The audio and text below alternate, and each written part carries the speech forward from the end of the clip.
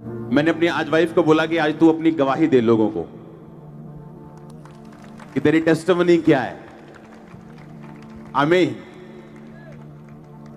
Hallelujah church, hallelujah.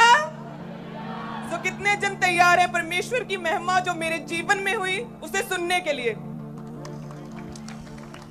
मैं आपको बताना चाहती हूँ कि परमेश्वर जो महिमा में परमेश्वर है वो दयावान है।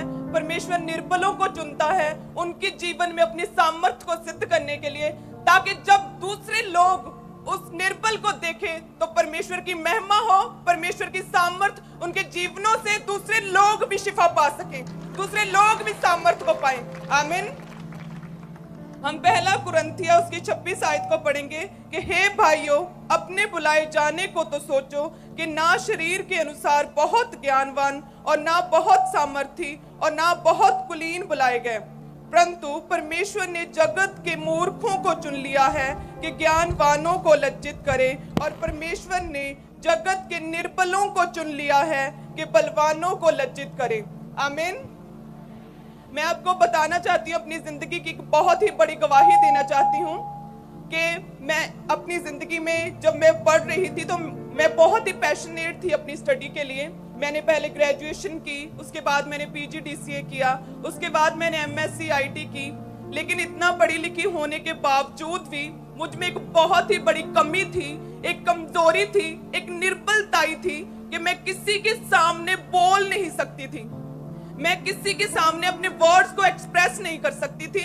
इवन कि मैं अपने स्कूल में अपने टीचर्स के सामने जब जाती थी तो उनके पास जाकर धीरे से बोलती थी कि मैम प्लीज मुझे कुछ भी खड़े होकर बोलने के लिए मत बोलिएगा, क्योंकि मुझ में इतना हियाब नहीं है, मैं इतनी शाई हूं कि मैं किसी के सामने बोल नहीं सकती। इवन के 30 स्टूडेंट्स 25 स्टूडेंट्स के सामने भी मुझ में इतना बल नहीं था कि मैं उनके सामने कुछ बोल सकूं। और टीचर्स पूछते थे कि क्या प्रॉब्लम है, क्या बात है, मैं उस समय कुछ नहीं बता पाती थी क्योंकि मैं बहुत ही शाई थी। और ऐसा ही चलता रहा, स्कूल, कॉलेज, उसके बाद यूनिवर्सिटी में मैं पढ़ती रही, बहुत पढ़ी, लेकिन इस पढ़ाई का, स्टडी का कोई फायदा नहीं हुआ, क्योंकि जो ज्ञान हमें परमेश्वर देता है, चाहे वो स्टडी के थ्रू हो, वह तभी दूसरों के जीवन में काम करता है जब हम बोल के दूसरों को समझा पाते हैं। क्योंकि उद्धार के लिए मुंह से अंगीकार किया जाता है, डिलीवरेंस के लिए भी मुंह से अंगीकार किया जाता है, लेकिन मेरी जिंदगी की ये सबसे बड़ी शर्मिंदगी और निर्बलताई थी कि मैं बोल के किसी से कुछ भी नहीं कह सकती थी, मैं खड़ी होकर लोगों में कुछ भी नहीं कह सकती थी, मैं इतनी कमजोर थी अंदर से। लेकिन और जब ये टीचर के पास जब नए क्लास में जाती थी तो टीचर को स्पेशल मिलती थी ये कि आप मुझे कोई भी ड्यूटी दे दो क्लास में, लेकिन मुझे खड़े होकर बोलने के लिए कुछ नहीं कहना, क्योंकि मैं बोल नहीं पाती हूँ, मेरे अंदर पता नहीं क्या चीज प्रॉब्लम है कोई। और ये प्रॉब्लम लगातार चलती रही, लेकिन जब मैंने मसीह को जाना, जब परमेश्वर का मसीह में कैसे आया वो बताओ। मैं जैसे मेरा पूरा परिवार मसीह में था और वो मुझे परमेश्वर के विषय में बहुत बताते थे कि परमेश्वर सर्वशक्तिमान है, वो इतने चमत्कार करता है, वो एकमात्र जीवित परमेश्वर है, उसके पास जाएं, हम चर्च जाते हैं। लेकिन मैंने उनकी बातों का कभी भी विश्वास नहीं किया था। मैं परमेश्वर की विरोधी थी उस वक्त, मैं परमेश्वर का विरोध करती थी। मैं उदो बिल्कुल भी परमेश्वर ਨੂੰ ਜਾਣਦੀ नहीं ਸੀਗੀ और परमेश्वर ਦਾ विरोध करती सी। अपने पेरेंट्स ਦਾ बिल्कुल भी जो चमत्कारां ਦੇ ਵਿਸ਼ੇ जो परमेश्वर ਦੇ वचन ਦੇ ਬਾਰੇ ਦੱਸਦੇ ਸੀ मैं बिल्कुल विश्वास नहीं सी करती। लेकिन एक दिन परमेश्वर ਦੀ अद्भुत कृपा हुई कि ईस्टर वाले दिन ਜਦੋਂ मेरी पूरी फैमिली तैयार हो रही सी प्रभु के घर जाने के लिए, और तब ये खामरा चर्च को जानते भी नहीं थे ये पूरा परिवार, या तब मैं अपने मेंटर और आपके फादर को बिल्कुल नहीं जानती थी। तो उस वक्त सभी पूरी फैमिली तैयार हो रही थी और मैं ऐसे ही लेटी हुई थी, क्योंकि मैंने तो चर्च में जाना नहीं था, मैं आराम से लेटी थी कि आज छुट्टी है, संडे का दिन है। तो एकदम से परमेश्वर के आत्मा की सामर्थ्य मेरी बॉडी पर उतरी और उसी वक्त मेरी पूरी बॉडी पाताल में धंस गई। उसी समय सुनो और सुबह के 6 बजे थे और पूरी बॉडी मेरी पाताल में धंस गई और मेरी आंखें खुली थी, मुंह खुला था, मेरे पेरेंट्स मेरे सामने तैयार हो रहे थे, लेकिन मैं कुछ भी बोल नहीं पा रही थी उस वक्त। और ऐसे ही चलता रहा कुछ सेकंड, उसके बाद धीरे धीरे मेरी बॉडी पाताल से ऊपर पृथ्वी के ऊपर आई, मैं अपने बेड के ऊपर फिर से लेट गई और उसके बाद मेरे कानों में आवाज आने लगी कि परमेश्वर तुम्हें बहुत प्रेम करता है, परमेश्वर ने तुम्हें चुना है अपनी महिमा को दिखाने के लिए। परमेश्वर ने तुम्हें चुना है अपनी सामर्थ को दूसरे लोगों में सिद्ध करने के लिए। परमेश्वर तुम्हें बुला रहा है, कम ऑन बेटी, कम टू मी बेटी, मेरी प्रिय बेटी मेरे पास आ। ऐसी आवाजें मेरे कानों में आने लगी और मैं सरप्राइज्ड और शॉक्ड थी। और जैसे ही मैं नॉर्मल हुई, कानों से आवाजें बंद हुई, उसी वक्त मैंने अपने पेरेंट्स को बताया। और वो ईस्टर का दिन था जब मैं पहली बार परमेश्वर की हुजूरी में, परमेश्वर की प्रेजेंस में और परमेश्वर के घर में गई थी। पहली बार चर्च जब गई थी, ईस्टर वाले दिन गई। वो ईस्टर का दिन था और उस दिन के बाद मेरी लाइफ ट्रांसफॉर्म हो गई, टोटल लाइफ चेंज हो गई। जब मैंने मसीह को जाना तो मेरी जिंदगी की सबसे बड़ी कमजोरी, सबसे बड़ी निर्बलताएं, जो मैं अपनी जिंदगी की सबसे बड़ी शर्मिंदगी समझती हूँ कि इतना पढ़ने लिखने के बावजूद भी मैं किसी से बात नहीं कर सकती थी, वो कमजोरी मेरी जिंदगी से दूर हो गई। आज ना केवल इस चर्च के लोग, गुरदासपुर ब्रांच के लोग, ऑनलाइन चर्चों में, बल्कि ऑनलाइन लाखों लोग आज मुझे सुन पा रहे हैं। हालेलुया। उसी तरह से जिस तरह परमेश्वर ने अपने महिमा में, परमेश्वर है, अपनी महिमा के धन में से परमेश्वर ने मुझे ये दान दिया कि अपनी आत्मा से भरकर परमेश्वर ने मेरी इनर प्रॉब्लम्स को, मेरी इनर बॉडी में अपनी स्ट्रेंथ को मेरे जीवन में डालकर मुझे अपना बल दिया है। उसी तरह से और जब ये चर्च जाना शुरू हुए थे तो इनके पास, इनके फैमिली के पास किराया नहीं होता था कभी भी। यस, हम फाइनेंशियली इतने सिक थे, इतने गरीब थे, इतना निर्धन परिवार था, इतनी बीमारियों परेशानी में थे, लेकिन कोई भी बीमारी, कोई भी पैसे की तंगी, कोई भी शर्मिंदगी हमें परमेश्वर से कभी भी दूर नहीं कर पाई थी। हम पवित्रता में खड़े रहे, परमेश्वर के वचन पर खड़े रहे। और मैं बताना चाहती हूँ कि जब चर्च आते थे तो इतना किराया भी नहीं होता था कि हम चर्च के लिए जो 100-120 रुपए उस वक्त किराया था कि हम वो पे कर पाए। हमने गांव का एक भी दुकान, जिसे बोलते हैं मनियारी की दुकान, जहां पर सभी बिस्किट्स, नमकीन वगैरह मिलते हैं, कोई भी दुकान, कोई घर नहीं छोड़ा था जिनसे हमने पैसा ना मांगा हो। सिर्फ चर्च आने के लिए, सिर्फ चर्च आने के लिए। क्योंकि जब हमने जान लिया कि 7वें दिन, जो पहला दिन है, उसमें परमेश्वर के घर में आना जरूरी है, तो हमने परमेश्वर के वचन को फॉलो किया। हमने नहीं देखा कि हमारी जिंदगी में क्या प्रॉब्लम्स हैं, क्या गरीबी है, क्या शर्मिंदगी है। हमने परमेश्वर को अपना लिया और सीधा परमेश्वर की ओर चलने लगे। और उसके बाद परमेश्वर ने मेरी जिंदगी में अद्भुत काम किए। आज परमेश्वर मुझे अपनी महिमा के लिए इस्तेमाल कर रहा है। जब ये फैमिली, जब ये चर्च गए तो ऐसा नहीं था कि एक दिन में इनकी प्रॉब्लम सॉल्व हो गई। यस, बहुत सालों तक हम ऐसे दुखों में, बीमारियों में रहे, ऐसे परेशानियों में रहे, लेकिन कोई भी दुख, कोई तकलीफ हमें परमेश्वर से, परमेश्वर के घर से हमें दूर नहीं कर पाई। लगातार हम परमेश्वर के वचन में अड़े और खड़े रहे। इसीलिए आज परमेश्वर ने मुझे अपने दास के लिए, परमेश्वर ने अपनी महिमा के लिए, अपने कामों के लिए परमेश्वर ने मुझे चुना है। आमीन। और जब मेरी इसके साथ मैरिज हुई तो ये बहुत सिंपल थी। ये इतनी सिंपल थी कि मुझे मैसेज आए बहुत सारे लोगों के कि लड़कियां तो बड़ी तैयार श्यार हो कि आपके आसपास फिरती थी, ये सोच गया कि आपको बड़ी मॉडर्न लड़कियां पसंद होंगी, आप चंडीगढ़ से पढ़े हो, ये आपने क्या चुना। इतनी सिंपल, पूरे बाजू वाले सूट, बिल्कुल तेल लगा के, इतना सिंपल। सुनो, जब इसकी मैरिज हुई तो ये 25 साल की थी। हाँ जी। उससे पहले की लाइफ बताओ क्या थी? मैं पहले बहुत ही सिंपल थी, बहुत ही सिंपल घराने से थी, गरीब परिवार से थी, लेकिन स्टडी का इतना पैशन था मुझे पढ़ाई करने का। जब स्कूल कॉलेज में भी जाती थी तो बहुत सिंपल, तेल मल के, बिल्कुल सीधे बाल, सिंपल सूट, 2-4 सूट होते थे गिनती के, जो डाल के चेंज कर करके कॉलेज में, स्कूल में जाती थी। और बहुत ही शाई थी मैं, हमेशा अपनी लाइब्रेरी में बैठी रहती थी मैं। और कोई लड़का नहीं, कोई बॉयफ्रेंड नहीं, कोई ऐसा चक्कर नहीं जैसे आज होते हैं लोगों। क्योंकि मैं स्टडी में थोड़ी होशियार थी, तो जो क्लास के बॉयज थे, अगर उन्होंने मुझसे नोट्स लेने होते थे तो सबसे पहले वो मुझे दीदी बोलते थे। तो पूरे स्कूल में सभी बॉयज मुझे दीदी बोलते थे, यूनिवर्सिटी में। और टीचर्स हैरान थे कि तुम्हें ही अकेली एक ही लड़की को सारे लड़के दीदी क्यों बोलते हैं। वो परमेश्वर की महिमा थी, वो परमेश्वर का महिमा में हाथ था मेरे ऊपर कि परमेश्वर ने मुझे संभाल के रखा ताकि आज मैं लाखों रूहों को बचा पाऊं। आमीन। और ये इसको नहीं मालूम, ये मेरी प्रेयर थी कि परमेश्वर जब भी मेरी मैरिज हो तो एक क्लीन लड़की के साथ हो, जैसे मेरी लाइफ। आमीन। तो आप इमेजिन कर सकते हो कि अगर एक बंदा पवित्रताई में कहां भी क्यों ना हो, बाइबल कहती परमेश्वर ने कहा कि मैंने जगत के, कहता परंतु परमेश्वर ने जगत के मूर्खों को चुन लिया।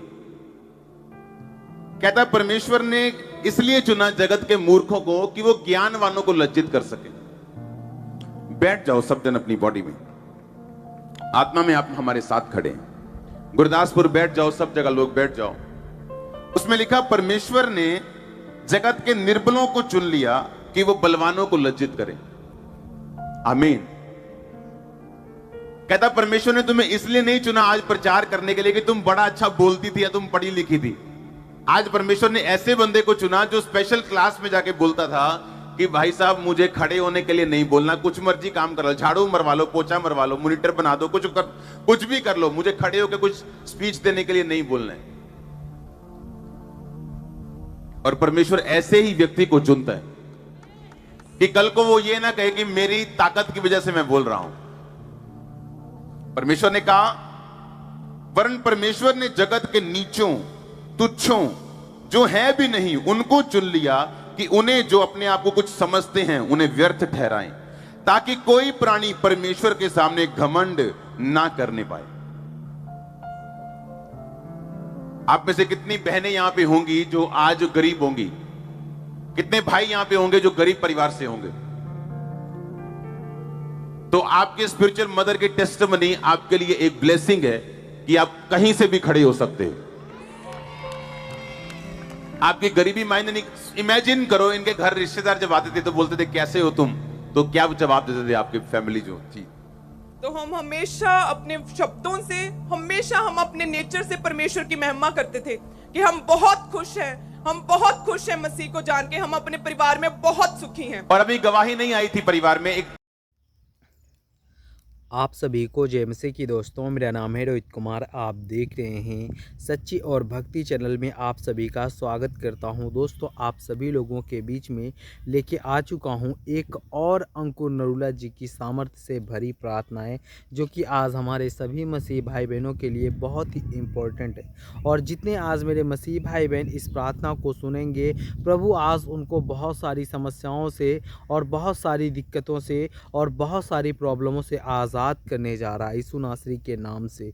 मेरे प्रियो, आज अगर आप लोग विश्वास के साथ और प्रभु के वचन के साथ आप लोग इस प्रार्थना को सुनते हो, तो प्रभु आपको बहुत सारी समस्याओं से बचाएगा और आपके जीवन के सारे बंधनों को तोड़ेगा। क्योंकि मेरे प्रियो, प्रभु कहता है कि जो कोई व्यक्ति अपने जीवन में विश्वास रखता है, प्रभु के वचन पे चलता है, प्रभु के बताए हुए मार्ग में चलता है, प्रभु उसको हर एक बंधन से आज़ाद करवाता है। क्योंकि मेरे प्रियो, प्रभु का कहना है कि जो कोई व्यक्ति मेरे बताए हुए मार्ग में चलेगा, उसके जीवन में कभी भी कोई ठोकर नहीं लगेगा।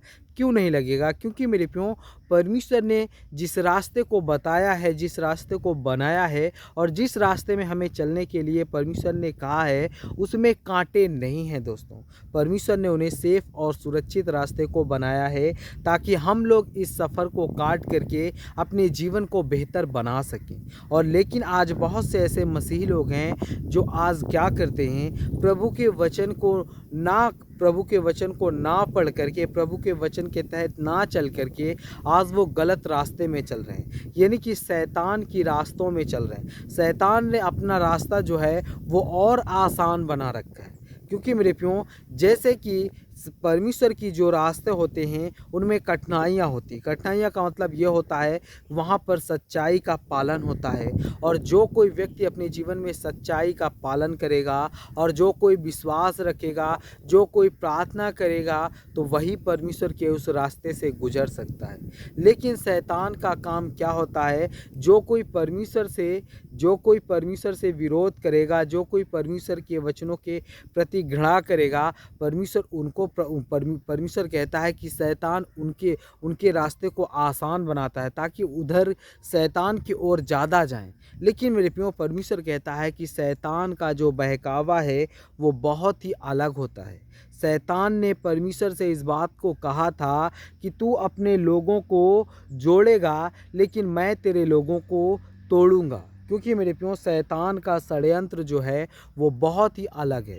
शैतान हम सभी लोगों से बहुत ही अलग दिमाग लगा कर के सोचता है, क्योंकि मेरे प्रियो प्रभु का वचन कहता है जो कोई भी व्यक्ति अपने जीवन में विश्वास के साथ और प्रभु के वचन के साथ अपने जीवन को व्यतीत करता है, प्रभु उनको बहुत सारी आशीष देता है।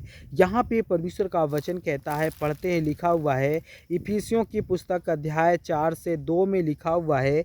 यहाँ पर पढ़ते हैं, लिखा हुआ, तुम में सब विनम्रता और दीनता और धैर्य हो और एक दूसरे से प्रेम से सहन करते रहो, और यह वचन हमें एक दूसरे के प्रति सहनशीलता और समझदार होने की प्रेरणा देता है। क्योंकि मेरे प्रियो परमेश्वर का वचन यहाँ पे कहता है, कुलुस्सियों की पुस्तक अध्याय 3 से 13 में लिखा हुआ है, तुम एक दूसरे को सहन करो, और यदि किसी को किसी से शिकायत हो तो जैसे प्रभु ने हमें क्षमा किया है वैसे ही तुम एक दूसरे को क्षमा करो। तो यहाँ पे परमेश्वर का वचन कहता है, इस वचन के माध्यम से हमें यह सिखाया जाता है कि जैसे भगवान ने हमें क्षमा किया है वैसे ही हमें भी एक दूसरे को क्षमा करना चाहिए। क्योंकि मेरे प्रियो प्रभु का वचन यहाँ पे कहता है कि जैसे परमेश्वर ने हमें क्षमा किया है वैसे ही हमें भी एक दूसरे को क्षमा करना चाहिए। क्योंकि मेरे प्रियो प्रभु इस बात को कहता है कि जो कोई व्यक्ति अपने जीवन में एक दूसरे को क्षमा करेगा तभी परमेश्वर आपको भी क्षमा करेगा।